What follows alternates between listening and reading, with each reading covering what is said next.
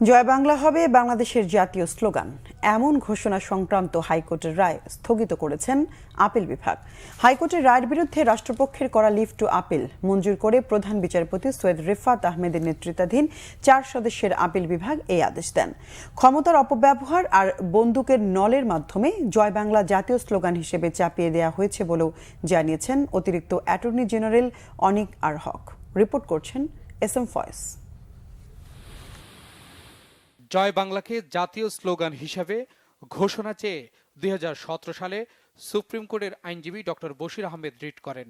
২০২০ সালের ১০ মার্চ জয় বাংলাকে জাতীয় স্লোগান ঘোষণা করে রায় দেন বিচারপতি FRM নাজমুল হাসান ও বিচারপতি KM কামরুল কাদেরের সমন্বয়ে গঠিত হাইকোর্ট বেঞ্চ। পরে ২০২২ সালের ২০ ফেব্রুয়ারি জয় বাংলাকে জাতীয় স্লোগান হিসেবে স্বীকৃতি দেওয়ার সিদ্ধান্ত অনুমোদন দেয় তৎকালীন প্রধানমন্ত্রী শেখ হাসিনার মন্ত্রিসভা।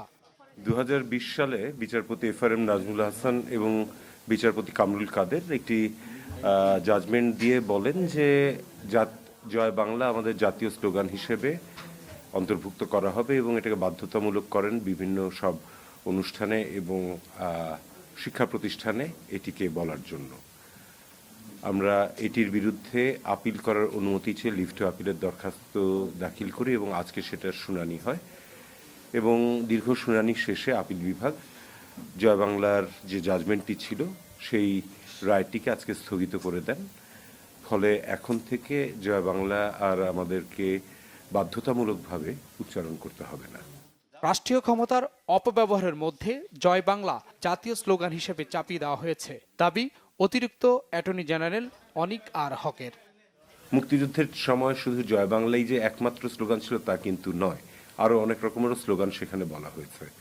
তো সেগুলো সব বাদ দিয়ে যেটি সম্পূর্ণভাবে বিগত ফ্যাসিস্ট রেজিমের একটা কি বলবো দলীয় স্লোগান হিসেবে এবং আরও খারাপভাবে যদি বলি যে বিভিন্ন ব্লগাররা এটাকে যেভাবে ব্যবহার করছেন তাতে আমার মনে হয় যে এটার যে ভাবগাম্ভীর্য ছিল সেটি অনেক আগেই বোধহয় অনেকখানি ম্লান হয়ে গিয়েছে। তো এখানে নতুন করে কিন্তু মুক্তিযুদ্ধের সময়কার জয় বাংলার যে কি বলবো প্রভাব সেটি কিন্তু কেউ অস্বীকার করছে না। হাইকোর্টের রায় আপিল বিভাগ স্থগিত করায় এখন থেকে জয় বাংলা স্লোগান কোথাও ব্যবহার করা যাবে না বলেও জানান সংশ্লিষ্টরা। SM Foyez, Bangla Vision, Dhaka.